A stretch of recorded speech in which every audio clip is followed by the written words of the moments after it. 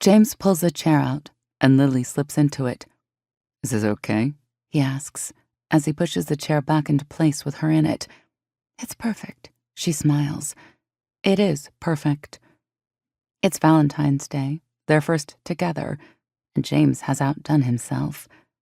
He's always been fond of surprising her, and in the year they've been together, he's gone out of his way to bestow her with jewelry, flowers, countless little luxuries. Now he's planned an entire trip from Seattle to San Francisco without telling her. Surprised her this morning with roses and an envelope with airline tickets. They're staying at a trendy boutique hotel with a gas fireplace in the room and a jacuzzi bathtub big enough for two. He'd made dinner reservations at an intimate little French restaurant, and even though the place is full because of the holiday, it's laid out in such a way that their table still feels cozy and private. Lily sets her napkin on her lap while James takes his seat across from her. A server arrives and with a flourish presents them with a bottle of champagne, obviously another point that James has thought ahead on. She swoons a little. He's always 5 steps ahead of everyone else, and it's one of the things she respects about him, loves about him. It's a quality she's worked hard to cultivate in herself, too. When their drinks have been poured and the server has receded into the dim interior of the restaurant, James lifts his glass. "To you," he says, "the woman who makes me happier than I ever thought possible." Lily flushes with pleasure.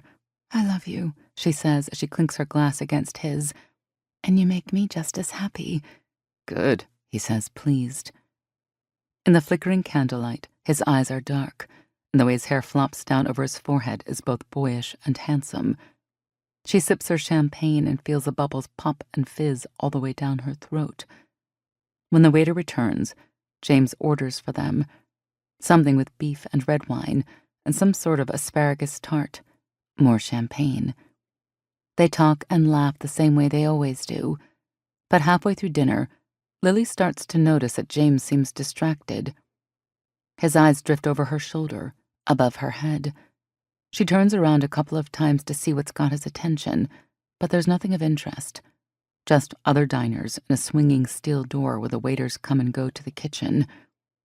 "Are you okay?" she asks, swallowing a bite of beef so tender it hardly even needs chewing.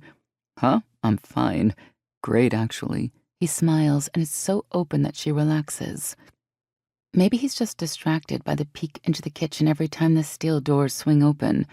He's always been fascinated by those restaurant reality shows. They're one of his guilty pleasures. He told her once that if he hadn't become an architect, he would have liked working in a restaurant. At home, he does most of the cooking, and is far better at it than she is, though that's not saying much.